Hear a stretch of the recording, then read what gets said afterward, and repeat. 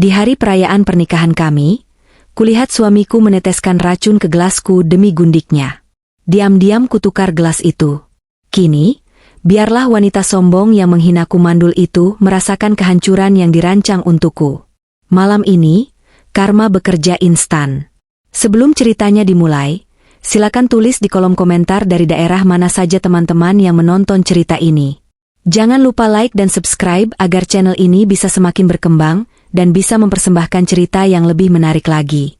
Lampu kristal di ballroom hotel bintang 5 itu berpendar menyilaukan, seolah mengejek kegelapan yang sedang merayap di hatiku. Malam ini seharusnya menjadi malam paling bahagia, perayaan anniversary pernikahan kami yang kelima. Ratusan tamu undangan hadir dengan pakaian terbaik mereka, gelas-gelas wine berdenting, dan alunan musik jazz lembut memenuhi ruangan. Namun, bagiku, ini adalah panggung sandiwara terakhir sebelum tirai neraka kuturunkan. Aku, Clarissa, berdiri di samping suamiku, Reza, dengan senyum palsu yang sudah kulatih selama berbulan-bulan. Reza tampak gagah dengan tuxedo hitam mahalnya, tuxedo yang dibeli menggunakan kartu kreditku, tentu saja. Dia terus menggenggam tanganku erat, seolah dia adalah suami paling setia di dunia, padahal aku tahu tangannya berkeringat dingin karena rencana busuk yang ia simpan di saku jasnya. Ketenangan pesta seketika terusik ketika pintu utama terbuka lebar. Sosok itu masuk. Bella, wanita yang selama setahun terakhir menjadi duri dalam daging pernikahanku. Dia tidak datang diam-diam. Dia datang dengan gaun merah menyala yang sangat ketat, sengaja memamerkan lekuk tubuh dan perutnya yang sedikit membuncit. Kehadirannya di pesta pernikahan kami adalah sebuah penghinaan mutlak, tapi Reza yang mengundangnya. Katanya, Bella adalah rekan bisnis penting. Omong kosong. Semua orang di lingkaran pertemananku tahu siapa Bella, dan tatapan para tamu mulai beralih canggung antara aku dan wanita itu. Dengan langkah angkuh, Bella berjalan menghampiri kami. Dia tidak menyalamiku selayaknya tamu sopan. Sebaliknya, dia langsung menggelayut manja di lengan Reza, tepat di depan wajahku. Aroma parfumnya yang menyengat membuat perutku mual. "Selamat ya, Reza," ucapnya dengan suara yang sengaja dikeraskan, membuat beberapa tamu di sekitar kami menoleh. Sayang sekali pestanya mewah, tapi rumah tangganya sepi. Kasihan kamu, punya istri cantik tapi mandul.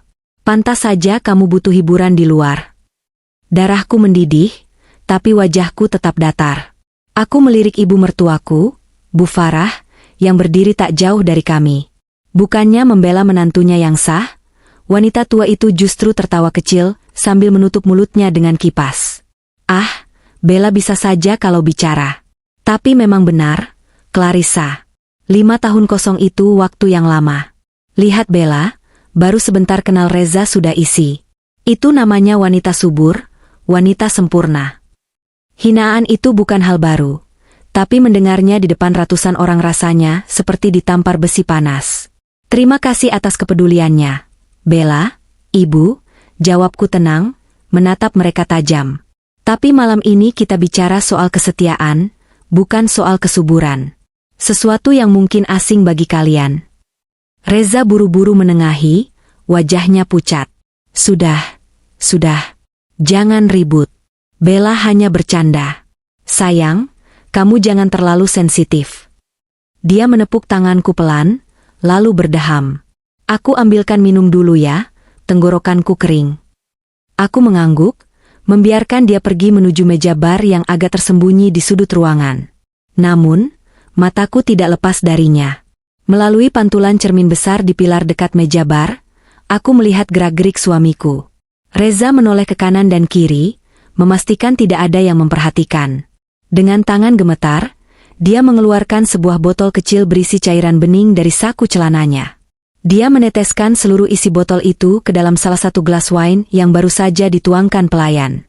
Mulutnya komat kamit, dan meski jarak kami jauh, aku bisa membaca gerak bibirnya yang membentuk kalimat, "Selamat tinggal, istriku." Jantungku berdegup kencang, bukan karena takut, tapi karena adrenalin. Inilah saatnya. Dia benar-benar melakukannya. Dia ingin meracuniku. Entah racun apa itu. Tujuannya pasti untuk menyingkirkanku agar dia bisa menguasai hartaku dan menikahi gundiknya. Aku menarik napas panjang, menenangkan diri. Aku tidak boleh panik. Aku harus cerdik. Reza kembali dengan 2 gelas di tangannya. Dia menyodorkan gelas di tangan kanannya padaku. Ini, sayang. Minumlah biar kamu lebih rileks. Maafkan sikap Bella tadi ya. Aku menerima gelas itu sambil tersenyum manis. Senyum yang membuat Reza sedikit mengerutkan kening, karena bingung melihatku tidak marah.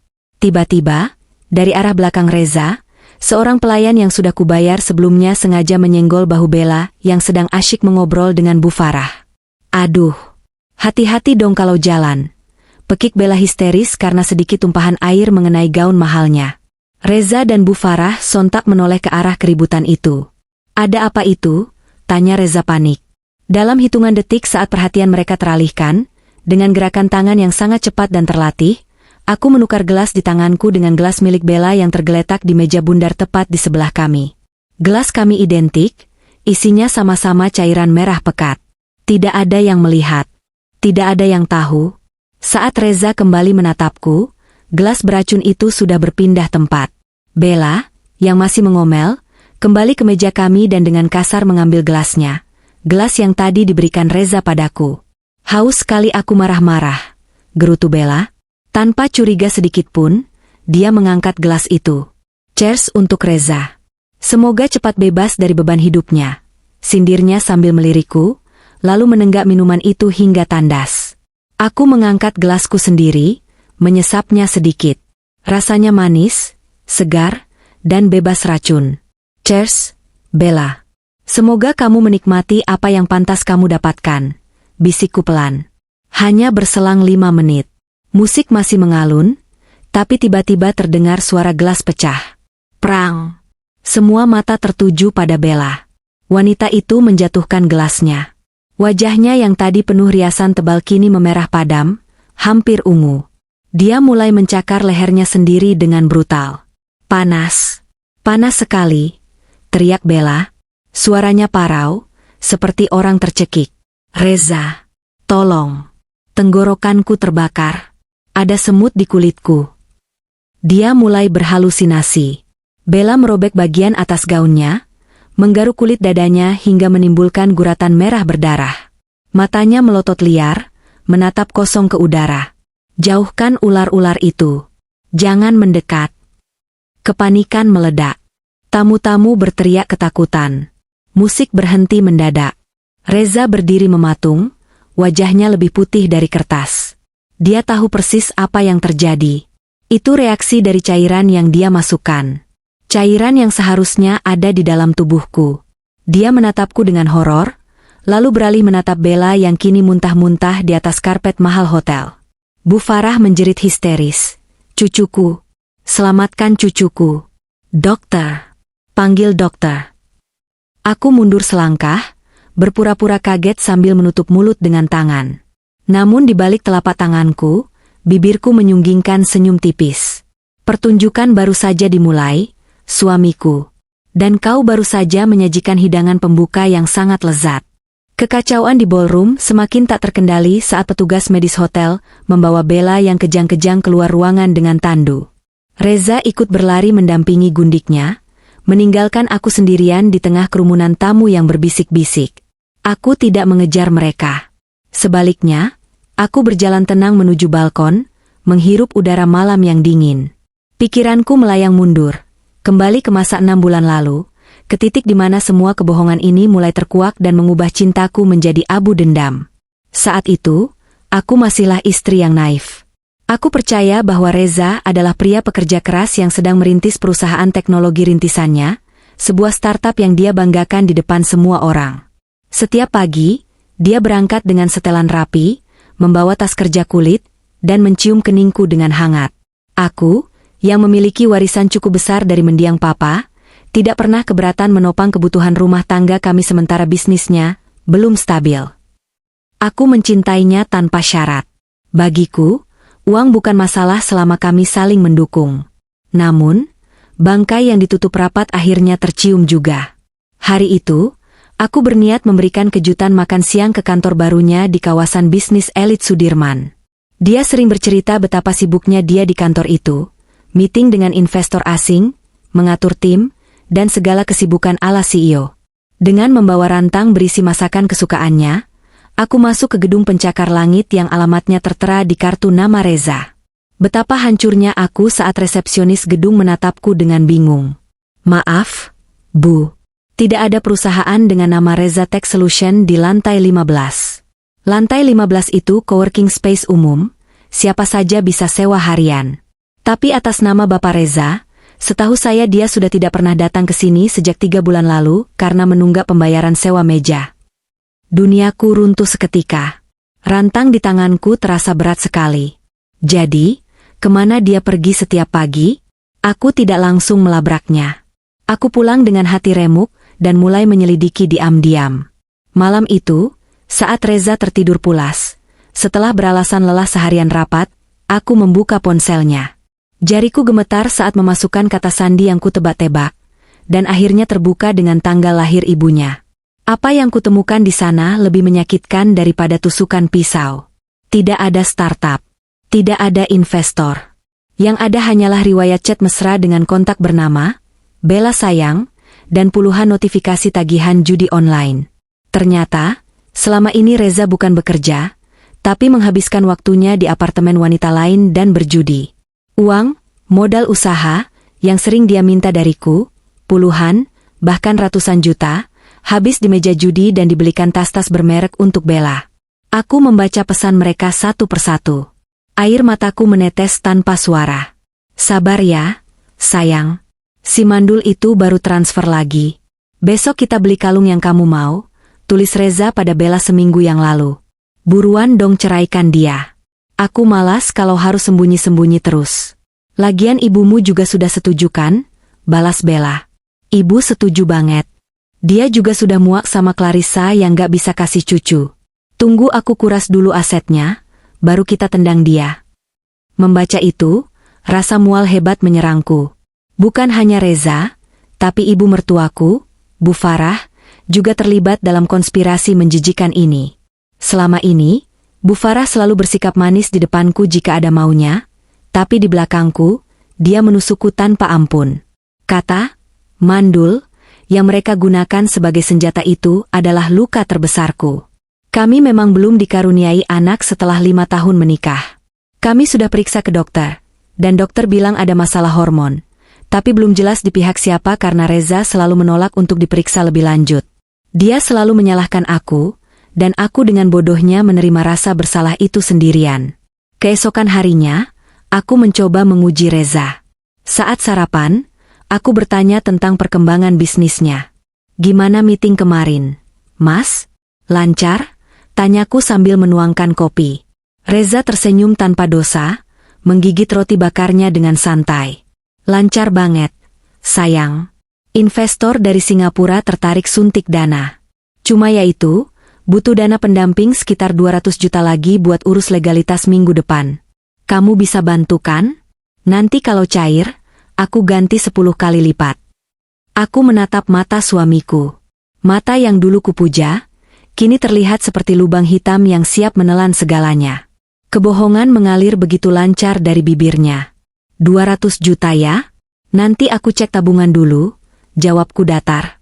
Siangnya, aku pergi ke rumah Bu Farah, berharap menemukan sedikit pembelaan atau setidaknya kejujuran.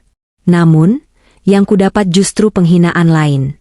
Saat aku baru sampai di depan pintu rumahnya yang setengah terbuka, aku mendengar suara tawa Bu Farah dan suara wanita muda yang kini kutahu adalah Bella. Tenang saja, Bella. Reza itu pintar. Si Clarissa itu kan polos dan bodoh.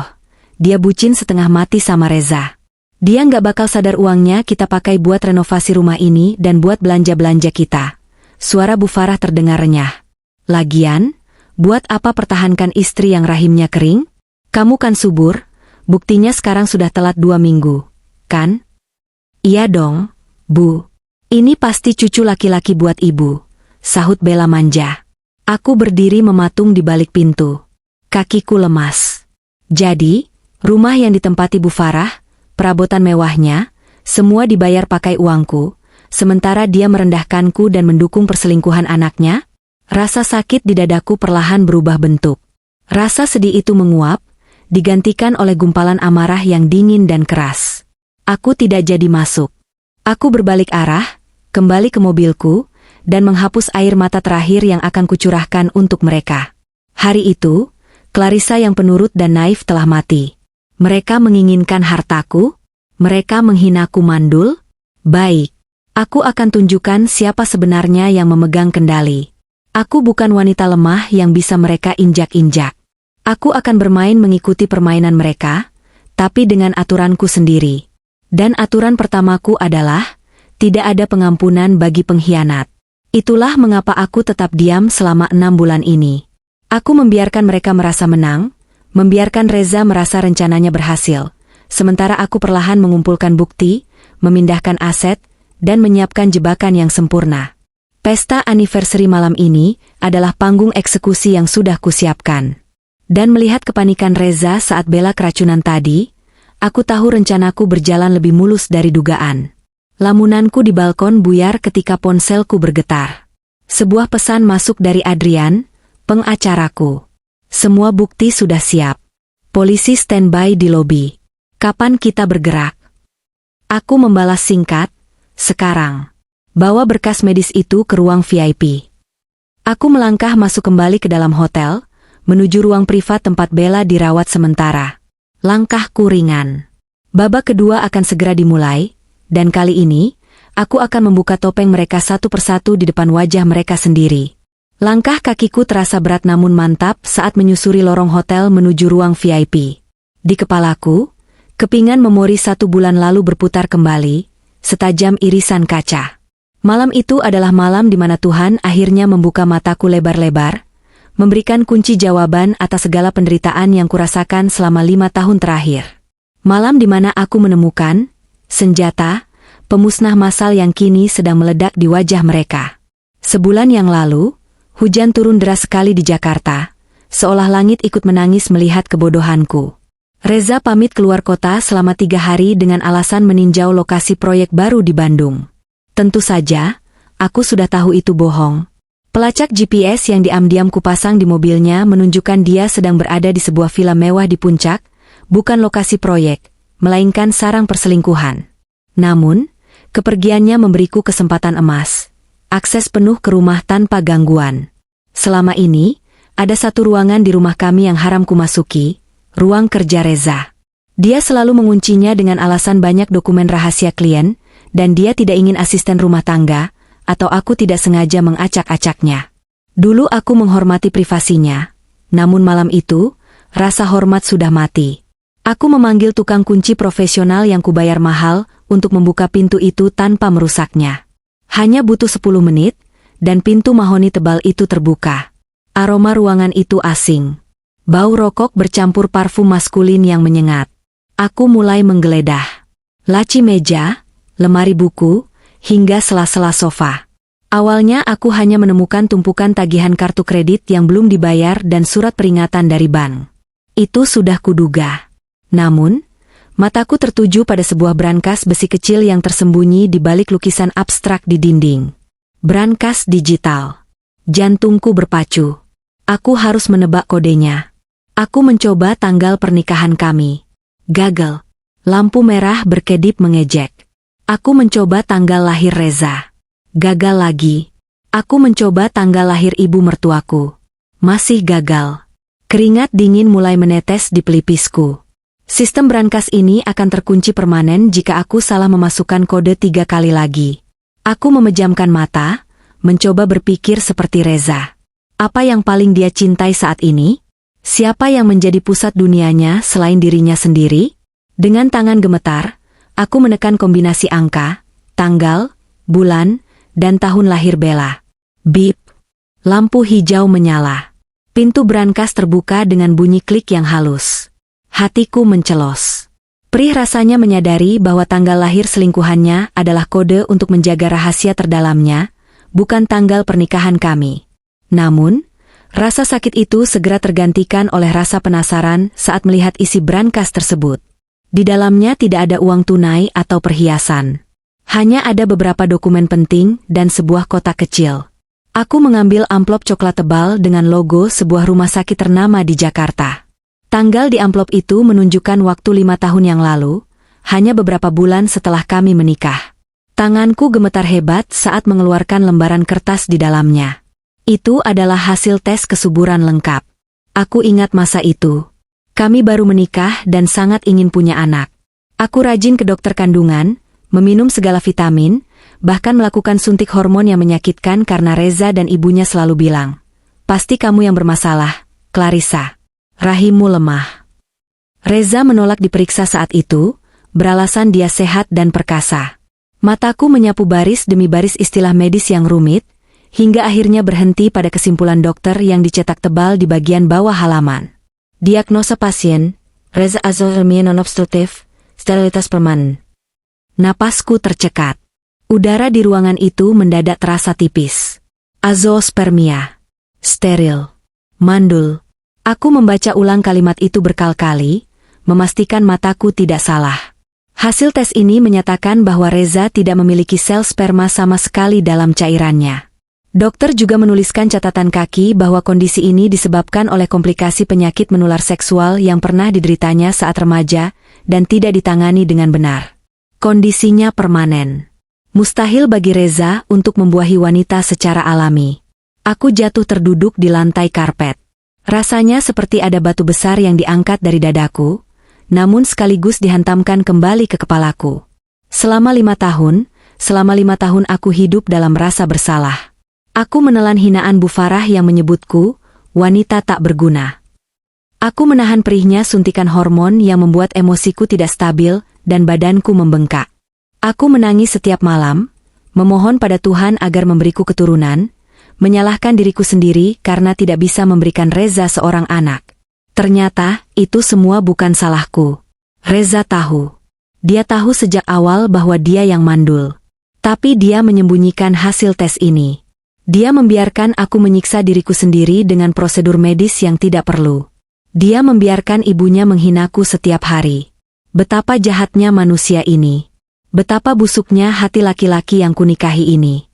Dia menimpakan kekurangan fatalnya padaku demi menjaga egonya sebagai laki-laki, demi menjaga citranya di depan ibunya. Air mataku tumpah, bukan karena sedih, tapi karena marah yang luar biasa. Marah pada diriku yang bodoh, marah pada Reza yang iblis, marah pada Bu Farah yang buta.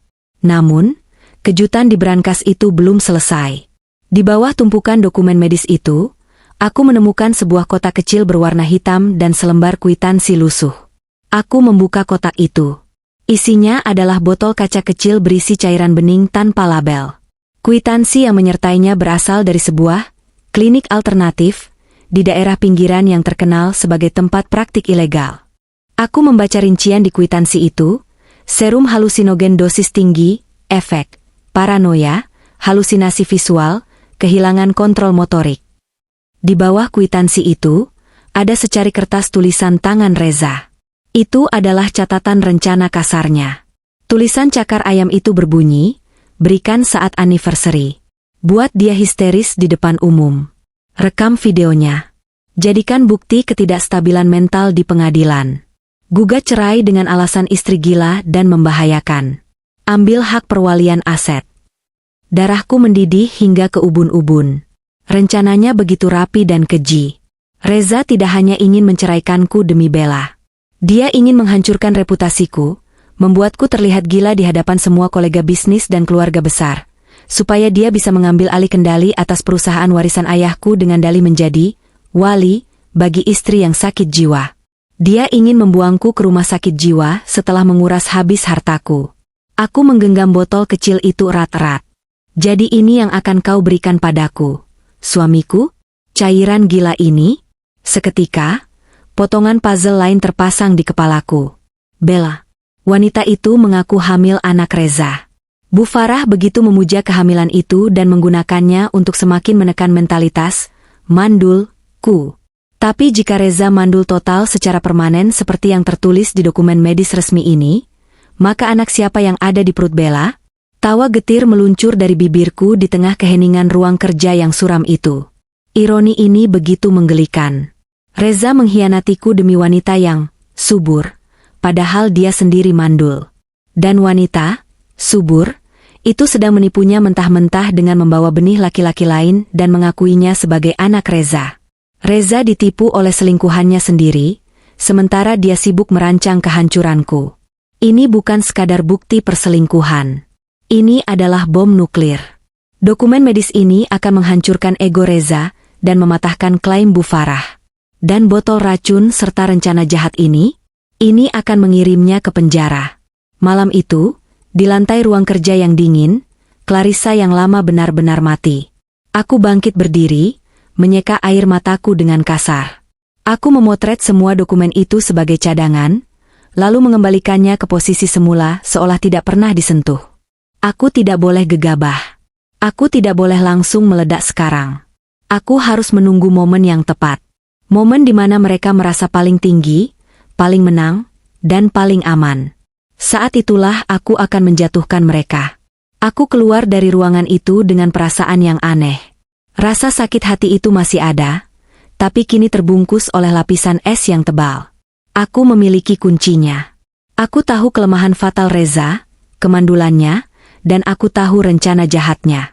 Mereka pikir aku adalah domba yang sedang digiring ke pembantaian, padahal akulah serigala yang sedang menyamar, menunggu waktu untuk menerkam balik. Keesokan harinya setelah penemuan di brankas itu, aku tidak membuang waktu. Aku menghubungi satu-satunya orang yang bisa kupercaya di dunia ini, Adrian. Dia bukan hanya pengacara perusahaan keluargaku, tapi juga sahabat masa kecil yang tahu segalanya tentang perjuangan ayahku membangun bisnis ini. Aku mengajaknya bertemu di sebuah kafe privat yang jauh dari jangkauan radar pergaulan Reza maupun Bella. Saat aku tiba, Adrian sudah menunggu dengan setumpuk berkas di meja. Wajahnya tampak cemas. Mungkin karena suaraku di telepon terdengar sangat dingin dan mendesak. "Clarissa, kamu baik-baik saja?" "Kamu terdengar aneh di telepon," sapa Adrian begitu aku duduk. Tanpa basa-basi, aku meletakkan salinan dokumen medis dan foto botol racun beserta catatan rencana jahat Reza di atas meja. "Baca ini, Adrian. Jangan tanya apa-apa dulu sebelum kamu selesai baca semuanya." Adrian menatapku bingung, lalu mulai membalik halaman demi halaman.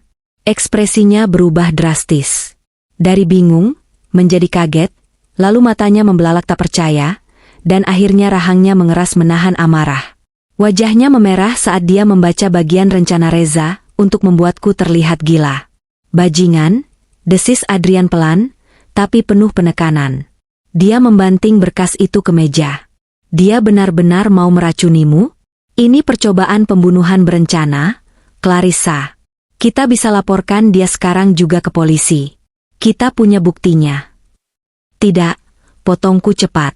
"Kalau kita laporkan sekarang, dia mungkin hanya kena pasal percobaan atau KDRT ringan.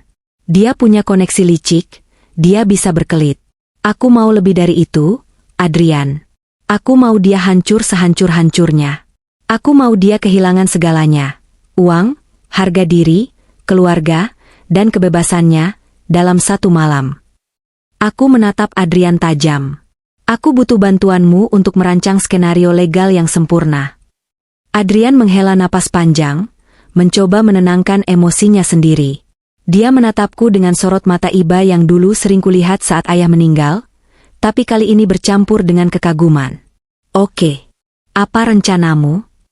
"Pesta anniversary minggu depan," jawabku. "Itu tanggal eksekusinya. Dia berencana meracuniku di sana, di depan semua orang. Aku akan membiarkan dia berpikir rencananya berjalan mulus. Tapi aku butuh persiapan." Kami menghabiskan 4 jam berikutnya untuk menyusun strategi yang detail dan mematikan. Adrian, dengan otak hukumnya yang brilian, membantuku memetakan langkah-langkah teknis. "Pertama, aset," kata Adrian sambil mencoret-coret di buku catatannya. "Semua aset warisan ayah memang atas namamu, tapi ada beberapa rekening bersama yang isinya cukup besar. Kita harus memindahkan dana itu tanpa memicu notifikasi di ponselnya.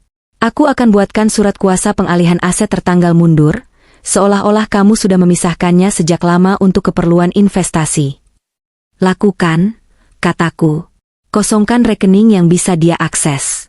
Sisakan sedikit saja supaya dia tidak curiga sebelum hari haji." "Kedua," lanjut Adrian, "soal perusahaan. Reza terdaftar sebagai direktur operasional. Kita butuh alasan kuat untuk memecatnya tanpa pesangon dan menuntut ganti rugi. Aku sudah cek laporan keuangan yang kamu kirim kemarin. Ada indikasi penggelapan dana ke rekening bodong. Aku akan sewa auditor forensik untuk melacak aliran dananya. Aku yakin uang itu lari ke apartemen gundiknya. Bagus. Jadikan itu peluru tambahan, timpaku. Ketiga, dan ini yang paling berisiko. Adrian menatapku serius. Soal racun itu, kamu yakin mau membiarkan dia membawanya ke pesta? Bagaimana kalau kamu gagal menukarnya? Bagaimana kalau kamu yang minum? Aku tersenyum tipis.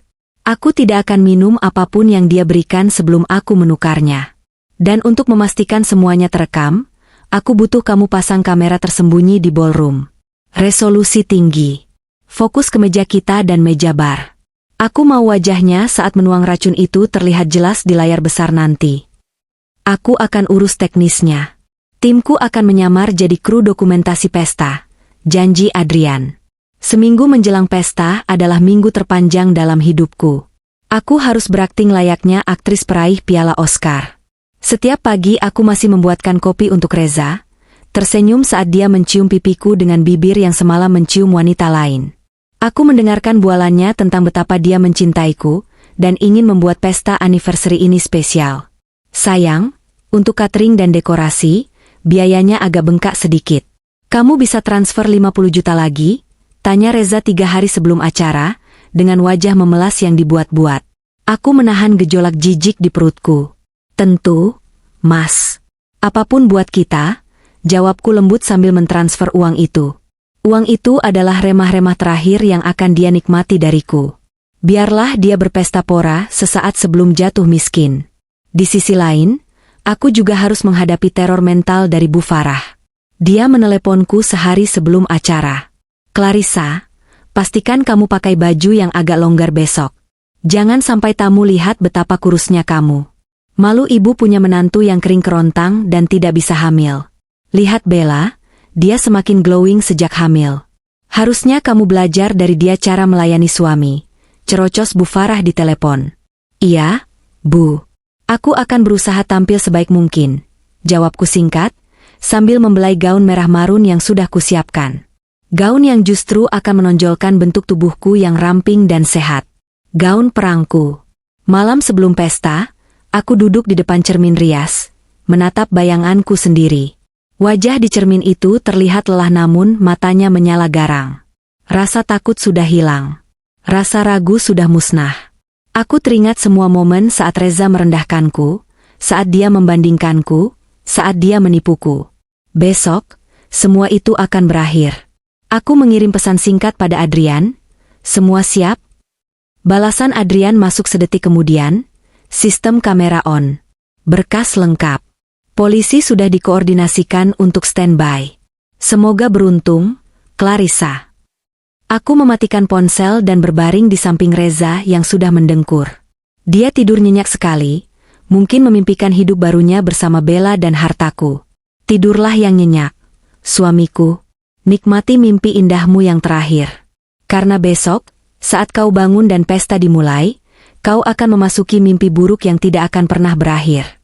Aku akan memastikan kau, gundikmu, dan ibumu membayar setiap tetes air mata yang pernah jatuh di pipiku dengan darah dan kehancuran kalian. Rencana sudah matang. Jebakan sudah terpasang. Dan besok, akulah yang akan tertawa paling akhir. Suasana di ruang VIP hotel itu terasa begitu mencekam, jauh berbeda dengan keriuhan pesta yang masih terdengar samar-samar dari balik dinding peredam suara. Bau obat-obatan antiseptik ini bercampur dengan aroma muntahan yang menyengat, menciptakan udara yang membuat siapapun ingin menahan napas. Di atas sofa panjang berbahan kulit, Bella terbaring lemas dengan wajah pucat pasi. Riasan tebalnya luntur, menyisakan jejak hitam di bawah matanya yang kini menatap langit-langit dengan pandangan kosong. Tubuhnya masih sesekali gemetar, sisa-sisa reaksi dari zat kimia yang baru saja menghajar sistem sarafnya. Dokter Indira, dokter keluarga yang kebetulan hadir sebagai tamu undangan, baru saja selesai memasang infus darurat di tangan Bella. Dia berdiri tegak, wajahnya serius saat menatap Reza yang mondar-mandir seperti setrikaan rusak di sudut ruangan. Kondisinya sudah mulai stabil, tapi racun, atau apapun yang dia minum, cukup keras mempengaruhi sarafnya. Dia butuh istirahat total dan pemeriksaan toksikologi lebih lanjut di rumah sakit, jelas Dokter Indira dengan nada profesional, meski matanya menyeratkan kecurigaan. Reza mengangguk-angguk cepat, keringat sebesar biji jagung mengalir di pelipisnya. Terima kasih, Dok. Tolong jangan bilang siapa-siapa soal ini. Saya tidak mau ada skandal. Bilang saja dia keracunan makanan laut atau alergi. Alergi tidak membuat orang berhalusinasi digigit ribuan semut, Pak Reza, jawab Dokter Indira tajam sebelum membereskan alat-alatnya dan melangkah keluar ruangan, memberikan kami privasi yang sebenarnya sangat tidak diinginkan oleh suamiku. Kini, di ruangan itu hanya tersisa aku, Reza, Bella yang setengah sadar, Bu Farah yang duduk di kursi dengan wajah tegang sambil mengipas-ngipas lehernya, dan Adrian yang berdiri diam di dekat pintu seperti penjaga gerbang neraka. Aku melangkah mendekati sofa tempat Bella berbaring. Suara hak sepatu tinggiku yang beradu dengan lantai marmer terdengar begitu keras. Tak, seperti hitungan mundur menuju kehancuran mereka. Reza menoleh padaku, matanya nyalang penuh kemarahan dan ketakutan. Kamu, bentaknya dengan suara tertahan. Dia menunjuk wajahku dengan jari telunjuk yang gemetar. Kamu apakan minumannya? Kenapa gelasnya bisa tertukar? Kamu sengaja, kan? Aku berhenti tepat di hadapannya, memasang wajah paling polos yang bisa kubuat, namun mataku memancarkan dinginnya kutub utara. Sengaja? Oh, Mas Reza, bukankah kamu yang memberikan gelas itu padaku? Aku hanya meletakkannya sebentar karena ada insiden pelayan tadi. Mungkin Tuhan yang menukarnya. Atau mungkin, malaikat pelindungku sedang bekerja lembur malam ini. Jangan main-main denganku, Clarissa. Reza maju selangkah, seolah hendak mencengkeram bahuku, tapi Adrian dengan sigap melangkah maju, membusungkan dadanya yang bidang menghalangi Reza. Reza mundur, nyalinya ciut seketika. Main-main? Aku tertawa kecil, suara tawa yang kering dan tanpa emosi. Aku tidak sedang bermain, suamiku. Justru aku ingin menunjukkan sebuah permainan yang kamu mainkan sendiri. Aku mengeluarkan ponselku dari tas tangan, lalu dengan tenang menyambungkannya ke layar televisi besar yang tertempel di dinding ruang VIP itu. Bu Farah, tolong perhatikan baik-baik. Ini tontonan yang jauh lebih menarik daripada sinetron kesukaan ibu. Layar televisi menyala. Video beresolusi tinggi mulai berputar. Gambar itu sangat jelas. Diambil dari sudut atas ballroom, tepat mengarah ke meja bar yang agak tersembunyi. Di layar, terlihat sosok Reza dengan tuxedo hitamnya. Dia menoleh ke kanan dan kiri dengan gelisah, memastikan tidak ada yang melihat. Lalu, dengan gerakan tangan yang cepat namun terekam jelas, dia mengeluarkan botol kecil dari saku celananya. Dia membuka tutupnya dan menumpahkan seluruh cairan bening itu ke dalam gelas wine di tangan kanannya. Bibirnya bergerak, dan berkat teknologi zoom yang canggih, gerak bibirnya terbaca jelas. Selamat tinggal, istriku. Keheningan di ruangan itu begitu pekat, hingga suara detak jam dinding pun terdengar seperti dentuman drum. Reza mematung.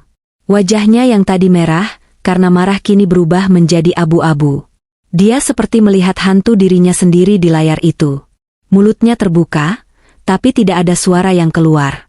Bella, yang tadi terpejam, kini membelalakan matanya menatap layar.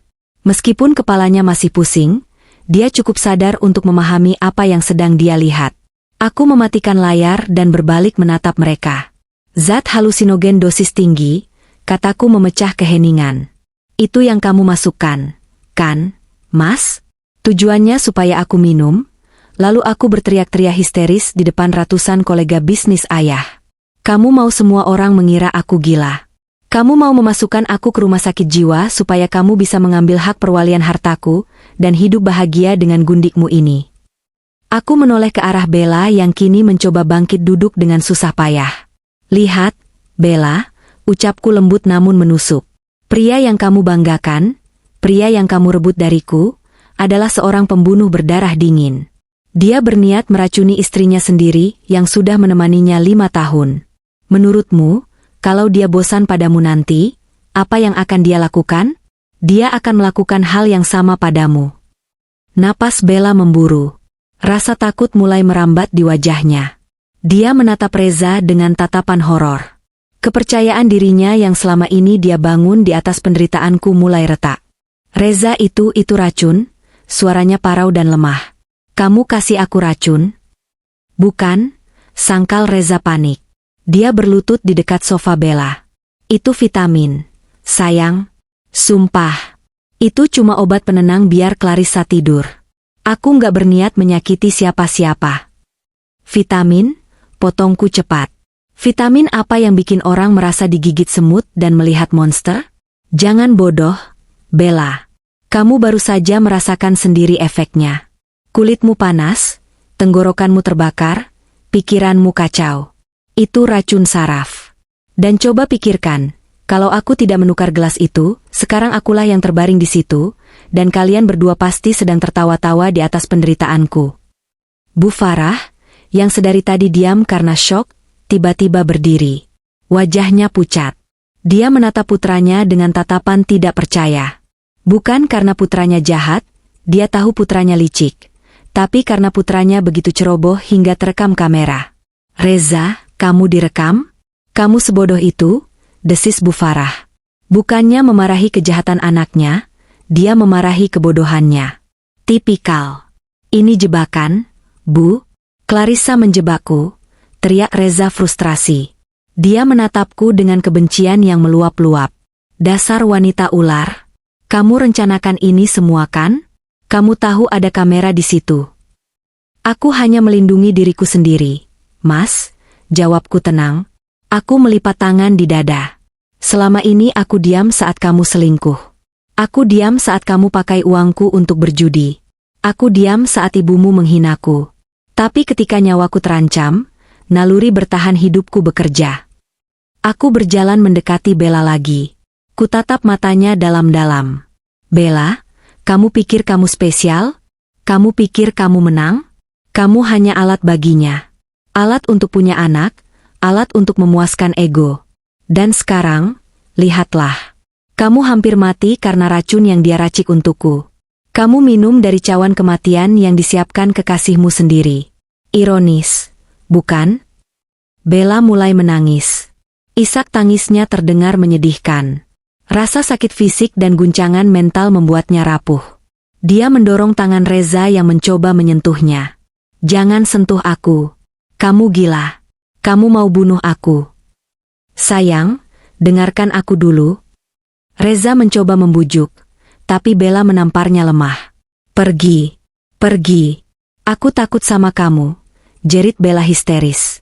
Dia meringkuk di sudut sofa, memeluk perutnya, melindungi janin yang dia banggakan itu dari pria yang dia pikir ayah dari bayinya. Aku tersenyum puas melihat keretakan itu. Ini baru permulaan. Mental mereka sudah mulai hancur. Kepercayaan di antara para penjahat ini sangat tipis, dan aku baru saja memutus tali tipis itu. Reza kini sendirian. Gundiknya takut padanya, ibunya kecewa padanya, dan aku adalah mimpi buruknya. Tapi aku belum selesai. Masih ada satu pukulan lagi. Pukulan yang akan menghancurkan fondasi kebanggaan mereka sampai ke akar-akarnya. Pukulan yang akan mengubah drama romansa busuk ini menjadi tragedi komedi.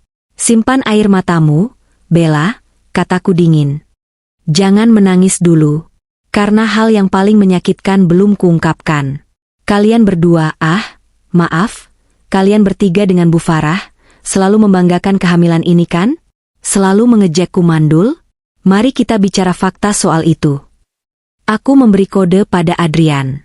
Pengacara setiaku itu membuka tas kerjanya dan mengeluarkan sebuah amplop coklat tebal. Amplop yang sama yang kutemukan di brankas Reza sebulan lalu. Reza yang melihat amplop itu langsung menegang. Dia mengenali amplop itu. Matanya membelalak lebar, seolah bola matanya akan melompat keluar. Dia tahu rahasia terbesarnya ada di tangan Adrian. Jangan, bisik Reza. Suaranya hilang ditelan ketakutan yang amat sangat. Clarissa, tolong jangan itu. Kita bisa bicara. Aku akan lakukan apa saja. Jangan buka itu. Aku menatapnya dengan rasa jijik yang murni. Tidak ada lagi cinta, tidak ada lagi kasihan. Terlambat, Reza. Kamu tidak memberiku pilihan saat kamu menuang racun itu. Aku mengambil amplop itu dari tangan Adrian. Siap untuk ronde kedua? Reza mencoba maju untuk merebut amplop itu dari tanganku, gerakannya liar dan putus asa seperti binatang yang terperangkap. Namun, Adrian dengan sigap menahan tubuhnya, memelintir lengan Reza ke belakang punggungnya hingga suamiku itu mengerang kesakitan dan terpaksa berlutut di lantai. Pemandangan itu sungguh menyedihkan sekaligus memuaskan. Pria yang selama ini merasa dirinya raja di rumahku, kini berlutut tak berdaya di bawah kaki pengacaraku. Lepaskan aku. Adrian, kau akan menyesal. Ini urusan rumah tanggaku. Teriak Reza sambil meronta-ronta, tapi cengkeraman Adrian terlalu kuat. Urusan rumah tangga? Aku tertawa sinis, suara tawaku menggema di dinding ruang VIP yang dingin. Sejak kapan kamu peduli soal rumah tangga, Mas? Sejak kamu berselingkuh? Atau sejak kamu mencoba membunuhku? Aku berbalik menghadap Bu Farah dan Bella. Bu Farah menatapku dengan waspada, tangannya meremas tas kulit mahalnya, yang dibeli dengan uangku, sampai memutih. Bella, yang masih sesenggukan di sofa, menatap amplop di tanganku dengan mata bengkak penuh tanda tanya. Selama 5 tahun. Aku memulai monologku, suaraku bergetar menahan amarah yang sudah lama terpendam. Selama 5 tahun, kalian menyebutku wanita tak berguna. Kalian bilang rahimku kering. Kalian bilang aku tidak becus jadi istri, karena tidak bisa memberi keturunan.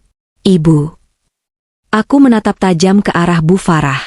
Ibu selalu membandingkan aku dengan wanita lain, menyuruhku minum jamu pahit, menyuruhku suntik hormon yang menyakitkan, dan menyalahkanku di depan semua keluarga besar setiap lebaran. Bu Farah membuang muka, tidak berani menatap mataku. Itu fakta, Clarissa.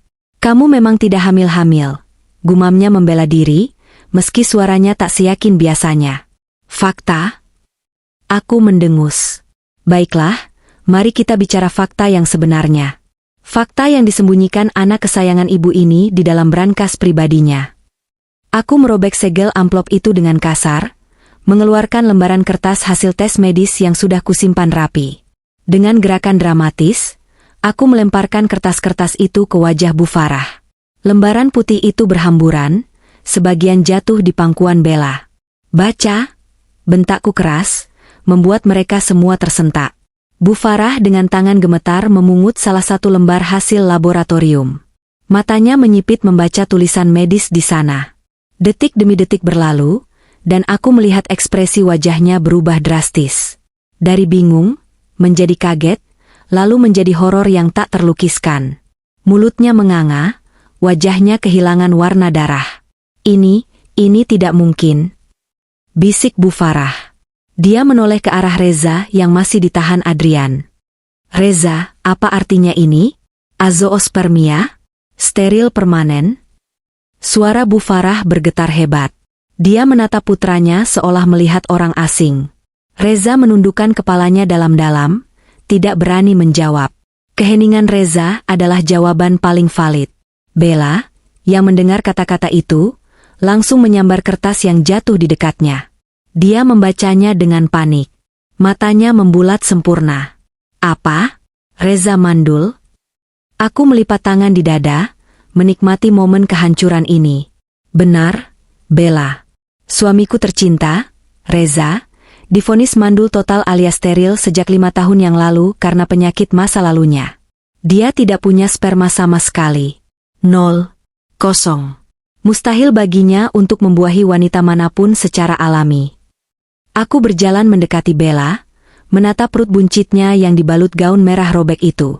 Aku tersenyum miring, senyum kemenangan yang kejam. Jadi, Bella? Ujarku pelan, namun setiap kata terasa seperti tamparan. Pertanyaannya sekarang adalah, anak siapa itu? Anak siapa yang kamu kandung dan kamu akui sebagai darah daging Reza? Seketika, atmosfer di ruangan itu berubah menjadi medan perang. Perhatian Reza yang tadinya terfokus pada ketakutannya padaku, kini beralih sepenuhnya pada Bella. Wajahnya yang tadi pucat karena takut, kini memerah padam karena amarah yang berbeda. Amarah seorang pria yang harga dirinya diinjak-injak.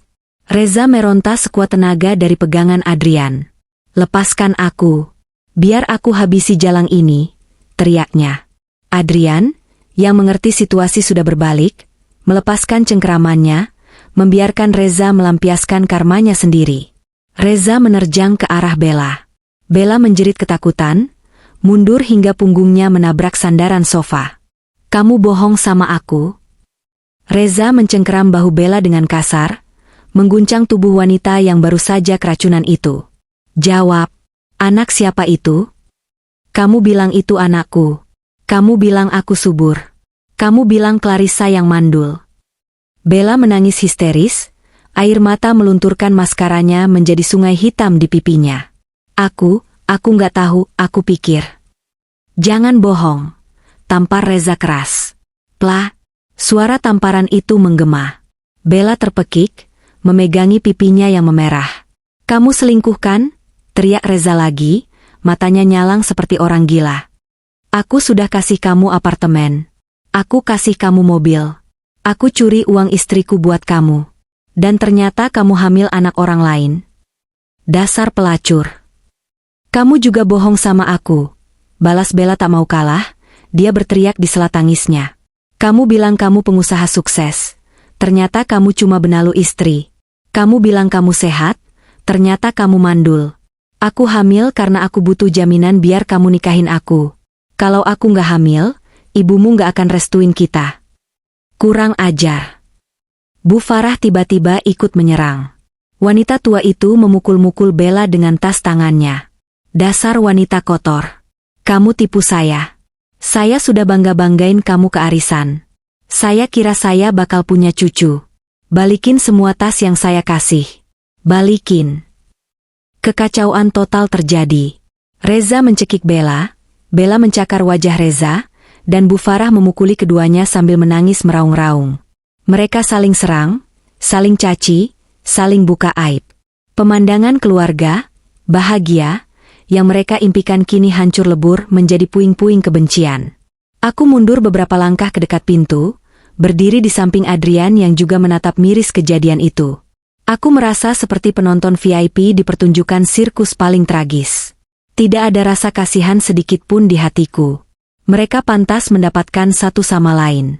Reza yang penipu ditipu oleh pelacur yang licik, dan didukung oleh ibu yang matre. Segitiga setan yang sempurna. "Clarissa," bisik Adrian pelan. "Polisi sudah menunggu di lorong. Mau kita akhiri sekarang?" Aku mengangguk pelan. "Sebentar lagi, biarkan mereka saling menghancurkan sedikit lagi. Aku ingin mereka merasakan betapa sakitnya dikhianati orang terdekat. Rasa sakit yang kurasakan sendirian selama bertahun-tahun." Di tengah keributan itu, Reza tiba-tiba mendorong Bella hingga terjatuh ke lantai. Bella mengerang kesakitan memegangi perutnya. "Aku akan bunuh kamu," ancam Reza, mengambil botol wine kosong dari meja. Dia benar-benar sudah gelap mata. "Cukup," teriakku keras. Suaraku yang lantang menghentikan gerakan Reza. Aku menatap mereka semua dengan tatapan penguasa. "Hentikan drama kampungan ini. Kalian menjijikkan." Reza menoleh padaku, napasnya tersengal-sengal, rambutnya acak-acakan, ada bekas cakaran berdarah di pipinya. Dia tampak menyedihkan. "Kamu." Reza menunjukku lagi, tapi kali ini jarinya lemah. "Kamu tahu semuanya, sejak kapan?" "Sejak sebulan lalu," jawabku dingin. "Sejak aku membongkar brankas keramatmu. Aku tahu kamu mandul. Aku tahu kamu mencuri uangku. Dan aku tahu Bella hamil anak orang lain, karena matematikanya tidak masuk akal. Aku membiarkan kalian berpesta pora di atas kebodohan kalian sendiri, menunggu momen yang tepat untuk meledakkan bom ini." Aku melangkah maju, mengambil kembali amplop berisi bukti-bukti itu. "Dan asal kalian tahu, ini bukan satu-satunya bukti yang kupunya. Adrian?" Adrian melangkah maju, membuka pintu ruang VIP lebar-lebar. Di luar sana, 2 orang petugas polisi berseragam lengkap sudah berdiri tegap, didampingi oleh beberapa security hotel. Di belakang mereka, terlihat kerumunan tamu pesta yang penasaran dengan keributan yang terjadi. Wajah-wajah familiar rekan bisnis ayah, tetangga kompleks, dan saudara jauh, semua ada di sana, menonton dengan mata terbelalak. "Selamat malam," sapa salah satu polisi dengan tegas. "Kami mendapat laporan adanya tindak kekerasan, percobaan pembunuhan berencana, dan penggelapan dana perusahaan dalam jumlah besar. Saudara Reza, Saudari Bella, dan Ibu Farah harap kooperatif. Wajah Reza runtuh seketika. Lututnya lemas, dan dia ambruk ke lantai. Bu Farah pingsan, atau pura-pura pingsan, di kursi. Bella hanya bisa menangis meraung-raung di lantai sambil memeluk perutnya. Panggung penghakiman publik sudah siap. Bisikku pada diriku sendiri. Saatnya menutup tirai dengan sempurna. Aku merapikan gaunku, mengangkat daguku tinggi-tinggi, dan bersiap memberikan pukulan terakhir di hadapan semua orang yang selama ini meremehkanku. Malam ini, Clarissa si istri mandul telah mati. Yang berdiri di sini adalah Clarissa sang pemenang. Pintu kayu jati berukir yang memisahkan ruang VIP dengan dunia luar itu terbuka perlahan. Suara engselnya yang berdecit pelan, seolah menjadi penanda dimulainya babak akhir dari drama kehidupan yang telah menyiksaku selama 5 tahun. Adrian berdiri di sampingku, kokoh seperti benteng, memberi isyarat kepada 2 petugas polisi untuk membawa sampah-sampah itu keluar. Udara di lorong hotel terasa dingin menusuk tulang, kontras dengan panasnya amarah yang membakar ruangan di belakang kami. Jantungku berdegup, bukan karena takut, melainkan karena adrenalin yang memuncak. Aku melangkah keluar lebih dulu. Langkah kakiku mantap, stiletto merah marunku menghantam lantai marmer dengan irama ketukan yang tegas. Tak, tak, tak. Setiap langkah adalah proklamasi kebebasanku. Di belakangku, drama sesungguhnya sedang diseret paksa. Reza, pria yang pagi ini masih mencium keningku dengan bibir penuh dusta, kini diapit oleh 2 polisi bertubuh kekar. Penampilannya hancur lebur. Tuxedo hitam mahalnya, yang dibeli dengan kartu kreditku, kini kucel, kancing kemejanya terlepas 2 biji, memperlihatkan dadanya yang naik turun menahan napas panik. Wajahnya yang biasanya licin dan glowing oleh perawatan klinik mahal, kini lebam membiru di tulang pipi akibat tamparan dan cakaran Bella. Matanya liar, bergerak ke sana kemari seperti tikus yang terpojok di sudut selokan, mencari celah untuk kabur yang mustahil ada. Borgol perak mengkilap telah terpasang erat di pergelangan tangannya, membelenggu tangan yang beberapa jam lalu menuangkan racun ke dalam minumanku. Lepaskan. Kalian tidak tahu siapa saya. Reza berteriak serak, suaranya memantul di dinding lorong. Saya CEO. Saya pengusaha. Ini salah paham. Istri saya sedang sakit jiwa, dia menjebak saya. Polisi di sebelah kanannya hanya mendengus, mempererat cengkeraman di lengan Reza hingga suamiku itu meringis kesakitan. Simpan dongeng Anda untuk hakim.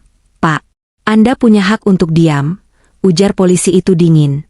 Di belakang Reza, Bella didorong di atas kursi roda oleh seorang paramedis yang didampingi Polwan.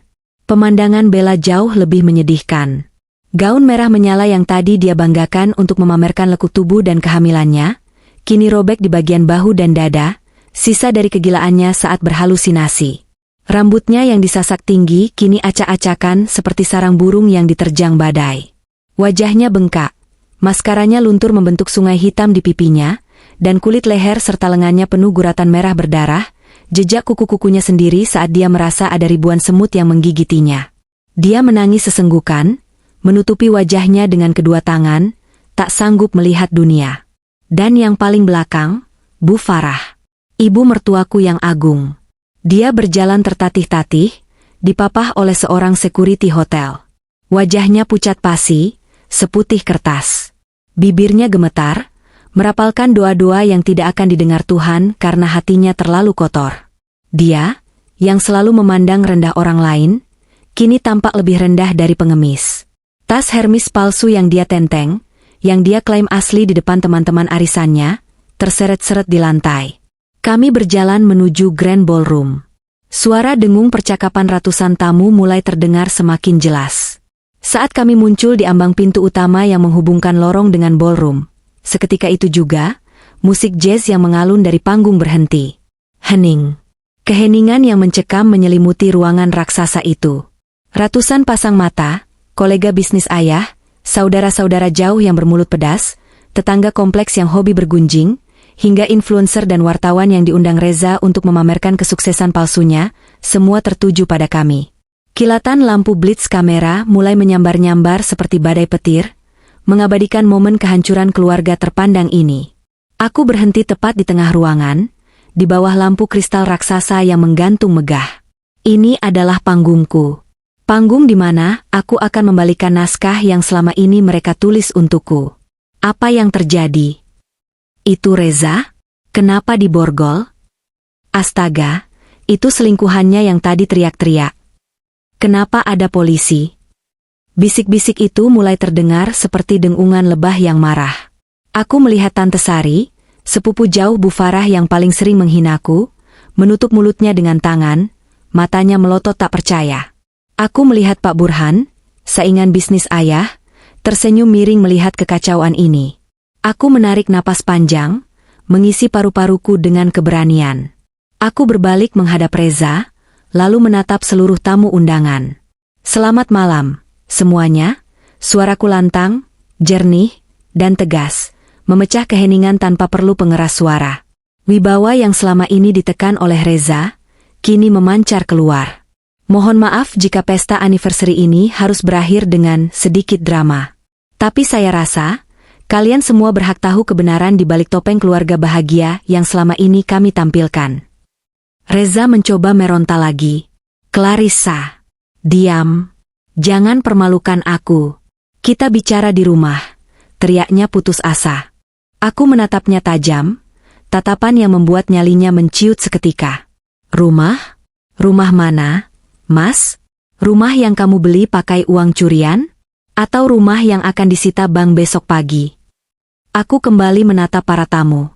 Adrian memberiku amplop coklat tebal itu. Aku mengangkatnya tinggi-tinggi. Hadirin sekalian, seruku.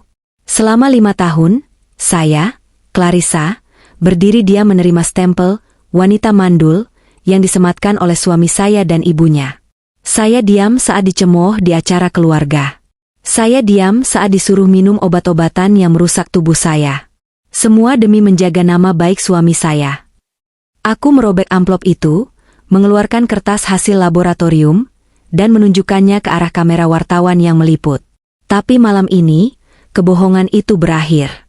Ini adalah hasil tes medis resmi dari Rumah Sakit Pusat Jakarta, tertanggal 5 tahun lalu, yang disembunyikan Reza di dalam brankas pribadinya. Fakta medis menyatakan, saudara Reza menderita azoospermia total. Dia mandul permanen. Suara kaget gasp membahana di seluruh ruangan. Orang-orang saling pandang, terkejut setengah mati. Ya, Anda tidak salah dengar. Lanjutku. Suaraku semakin meninggi. Suami saya mandul. Jadi, tolong tanyakan pada wanita di kursi roda itu. Aku menunjuk Bella yang semakin menunduk. Anak siapa yang sedang dia kandung? Anak siapa yang selama ini dibangga-banggakan oleh Ibu Farah sebagai cucu penerus keluarga? Karena secara biologis, mustahil itu anak Reza. Mata semua orang beralih menatap perut buncit Bella. Tatapan yang tadinya penuh kekaguman, karena dia cantik, kini berubah menjadi tatapan jijik dan cemoohan. Tawa sinis mulai terdengar dari beberapa sudut. Dasar penipu, teriak seseorang dari kerumunan. Gila, suaminya mandul, gundiknya hamil anak orang lain. Sinetron banget. Kasihan Bu Farah, ketipu mentah-mentah sama pelakor. Bu Farah yang mendengar cemoohan itu tidak tahan lagi. Dia mencoba menutupi wajahnya dengan tas, tapi Adrian dengan gerakan cepat menahan tangannya. Tunggu sebentar, Bu Farah, ujar Adrian dingin. Suaranya terdengar mengerikan di telinga Bu Farah. Adrian memberi kode pada 2 orang stafnya yang membawa kotak penyimpanan barang bukti. Sebelum Ibu dan Reza dibawa ke kantor polisi, kita selesaikan urusan aset di sini. Di depan saksi. Adrian melangkah mendekati Reza. Tanpa permisi, dia merogoh saku celana Reza dan mengambil dompet serta kunci mobil. Mobil Porsche yang terparkir di depan, dibeli menggunakan dana penggelapan dari PT Mahkota Abadi. Disita, ucap Adrian tegas sambil memasukkan kunci itu ke dalam kantong plastik barang bukti. Dia lalu mengambil jam tangan Rolex dari pergelangan tangan Reza. Reza mencoba menarik tangannya, tapi polisi menahannya. Jam tangan ini, hadiah ulang tahun lalu, dibeli menggunakan kartu kredit perusahaan yang dipalsukan laporannya. Disita. Reza menangis. Air mata jantan buayanya tumpah. Jangan, itu jam kesayanganku. Clarissa, tolong. Aku hanya menatapnya datar. Barang curian tidak bisa jadi kesayangan, Mas. Adrian lalu beralih ke Bu Farah. Wanita tua itu mundur ketakutan. Jangan sentuh saya. Saya ibunya. Kalian kualat sama orang tua. Ibu memang orang tua, tapi ibu juga menikmati hasil kejahatan, balas Adrian. Cincin berlian di jari manis ibu, kalung emas yang ibu pakai, dan anting itu. Semua dibeli bulan lalu saat Clarissa baru saja menyuntikkan dana modal kerja. Kan? Lepaskan. Atau kami buat laporan pencurian tambahan. Dengan tangan gemetar hebat dan disaksikan ratusan pasang mata yang menatapnya hina, Bu Farah terpaksa melepas perhiasannya satu persatu. Setiap kali dia melepas cincin, rasanya seperti melepas harga dirinya. Dia telanjang tanpa kemewahan itu. Dia hanyalah wanita tua yang serakah. Dan kunci rumah di Pondok Indah, tagih Adrian. Bu Farah menggeleng kuat. Tidak. Itu rumah saya. Saya mau pulang kemana? Itu rumah atas nama Clarissa. Ibu hanya menumpang. Mulai malam ini, gemboknya diganti. Ibu silakan cari tempat lain. Adrian merampas tas Bu Farah, mengaduk isinya, dan mengambil gantungan kunci rumah. Bu Farah meraung keras. Suaranya melengking menyakitkan telinga. Clarissa, kamu tega. Saya ini mertuamu. Saya yang mendoakanmu. Aku melangkah mendekati Bu Farah. Wajah kami hanya berjarak beberapa sentimeter. Aku bisa melihat bedaknya yang retak-retak oleh air mata. Doa? Tanyaku pelan tapi tajam. Doa yang mana, Bu? Doa supaya aku cepat mati biar Reza bisa nikah sama Bella? Atau doa supaya aku gila? Aku dengar rekaman suara ibu di ponsel Reza. Ibu setuju dia meracuniku malam ini, kan? Mata Bu Farah membelalak. Dia tidak menyangka aku tahu sejauh itu. Bibirnya terkatup rapat. Dia skakmat. Aku beralih menatap kerumunan tamu lagi, mencari wajah-wajah familiar dari keluarga besar Reza yang hadir. Aku melihat Tante Sari dan Om Herman, yang selama ini paling vokal menyindirku. Tante Sari, panggilku ramah tapi mematikan. Tante Sari tersentak kaget. Tante ingat lebaran tahun lalu?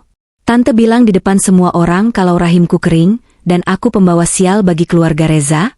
Tante bilang Reza harus cari istri baru. Wajah Tante Sari memerah padam. Dia menunduk, pura-pura sibuk dengan ponselnya. Nah, Tante, lanjutku. Sekarang Tante lihat sendiri siapa pembawa sialnya. Dan untuk kalian semua keluarga besar Reza yang selama ini menikmati liburan gratis, makan enak, dan pinjaman uang dari Reza, ketahuilah. Itu semua uang saya. Uang warisan ayah saya. Mulai besok, pengacara saya akan mengirimkan tagihan utang pada kalian semua. Siapkan saja pengacara. Gelombang kepanikan melanda kelompok keluarga Reza. Mereka mulai kasak-kusuk ketakutan.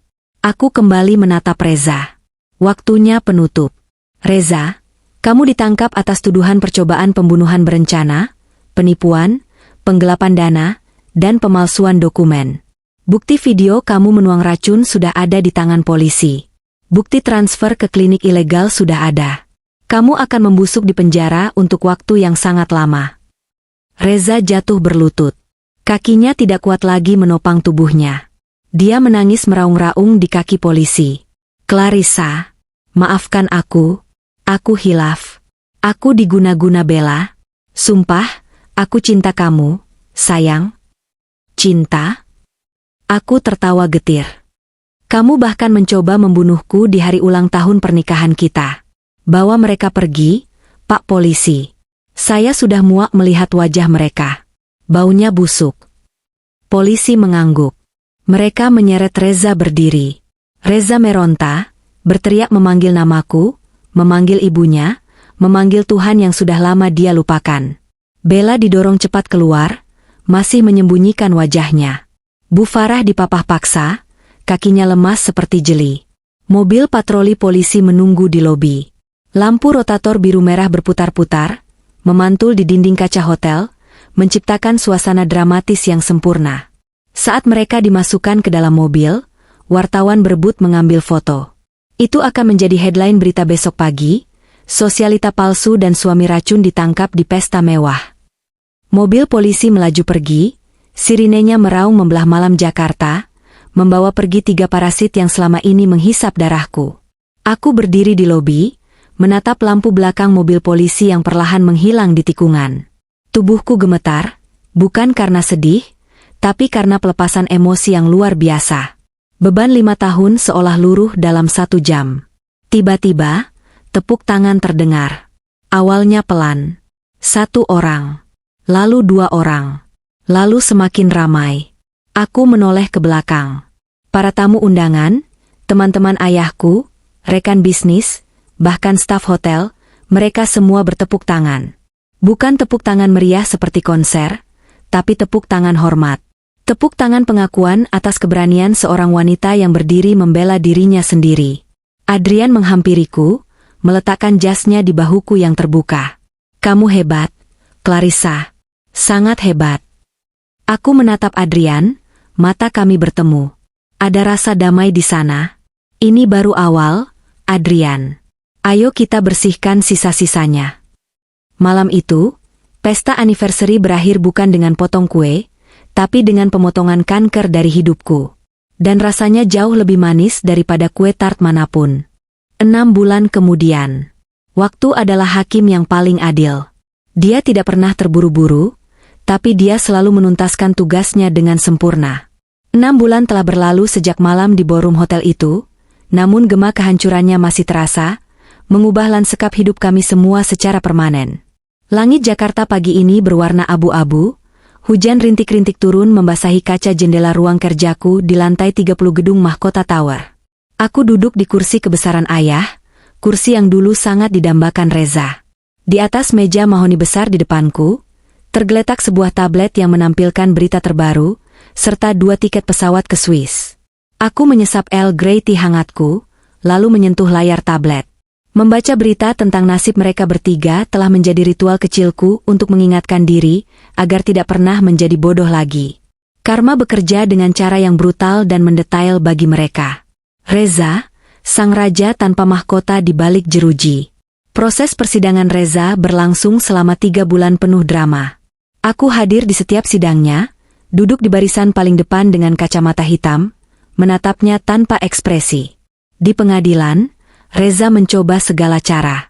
Dia menyewa pengacara murah, karena semua asetnya sudah kusita, yang mencoba membangun narasi bahwa aku yang menjebaknya, atau bahwa dia tidak sadar saat melakukan itu. Namun, video CCTV ballroom yang jernih, ditambah kesaksian Dr. Indira dan hasil lab botol racun itu, mematahkan semua argumennya. Puncaknya adalah ketika Bella dihadirkan sebagai saksi memberatkan. Demi mendapatkan keringanan hukuman untuk dirinya sendiri, Bella membongkar semuanya. Dia menceritakan bagaimana Reza memaksanya mencari klinik aborsi ilegal, yang gagal, bagaimana Reza merencanakan skenario, istri gila, dan bagaimana Reza sering memukulinya jika dia meminta uang lebih. Hakim mengetuk palu vonis 2 bulan lalu, 12 tahun penjara untuk percobaan pembunuhan berencana, penipuan berlapis, dan KDRT. Kabar terakhir dari Adrian yang memiliki mata di dalam penjara. Nasib Reza sangat mengenaskan. Di dalam sel, status sosial tidak berlaku.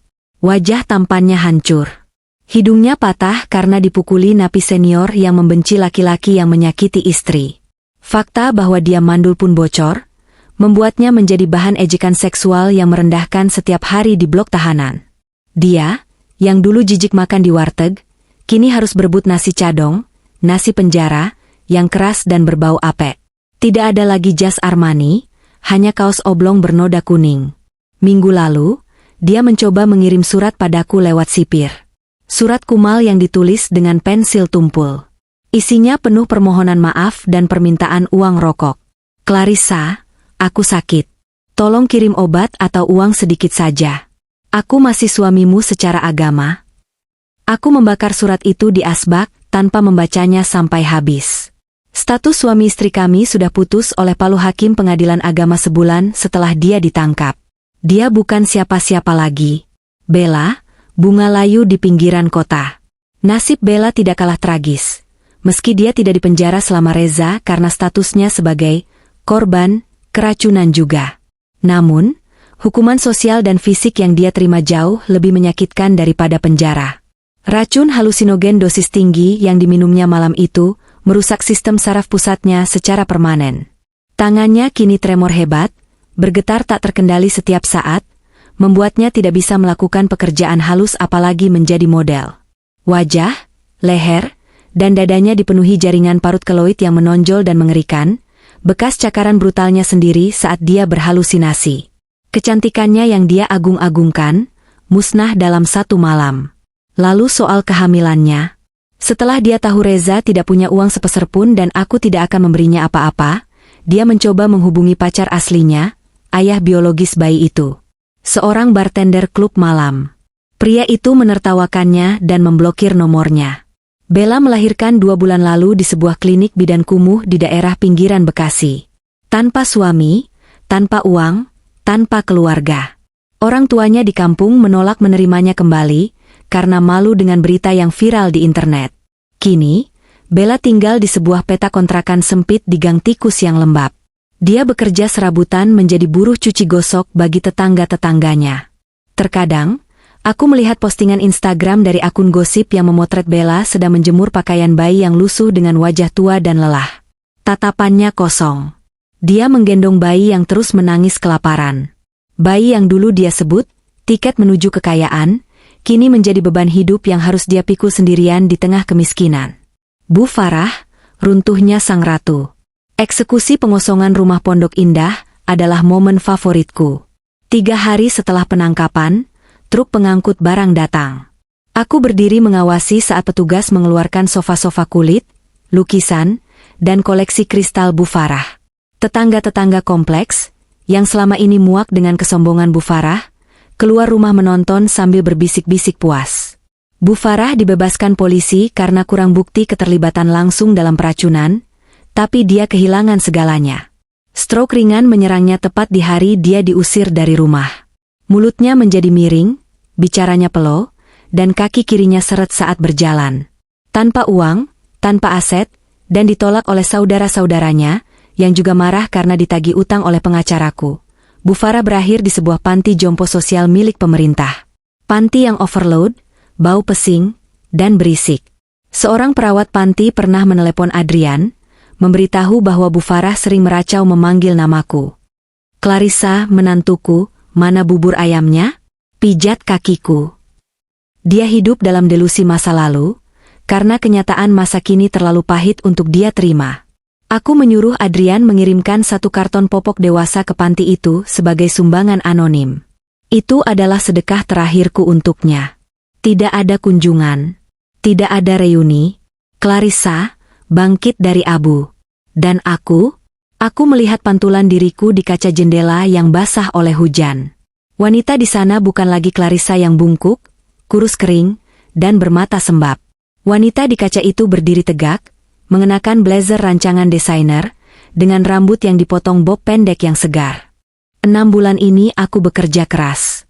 Aku memecat hampir 40% manajemen lama perusahaan yang ternyata adalah kroni-kroni Reza yang tidak kompeten. Aku melakukan audit besar-besaran, menutup kebocoran dana, dan memimpin perusahaan dengan gaya kepemimpinan yang tegas namun manusiawi. Hasilnya, saham perusahaan naik 30% kuartal ini. Karyawan menghormatiku bukan karena aku anak pemilik, tapi karena aku pemimpin yang visioner. Tapi, kesembuhan terbesar bukan terjadi di kantor, melainkan di hati. Pintu ruang kerjaku diketuk. Adrian masuk dengan senyum khasnya yang meneduhkan. Pria itu mengenakan mantel musim dingin berwarna abu-abu. Dia tidak lagi memanggilku, Bu Clarissa, saat kami berdua saja. Mobil sudah siap di lobi. Kita harus berangkat ke bandara sekarang kalau tidak mau ketinggalan pesawat, katanya lembut. Aku menoleh, tersenyum padanya.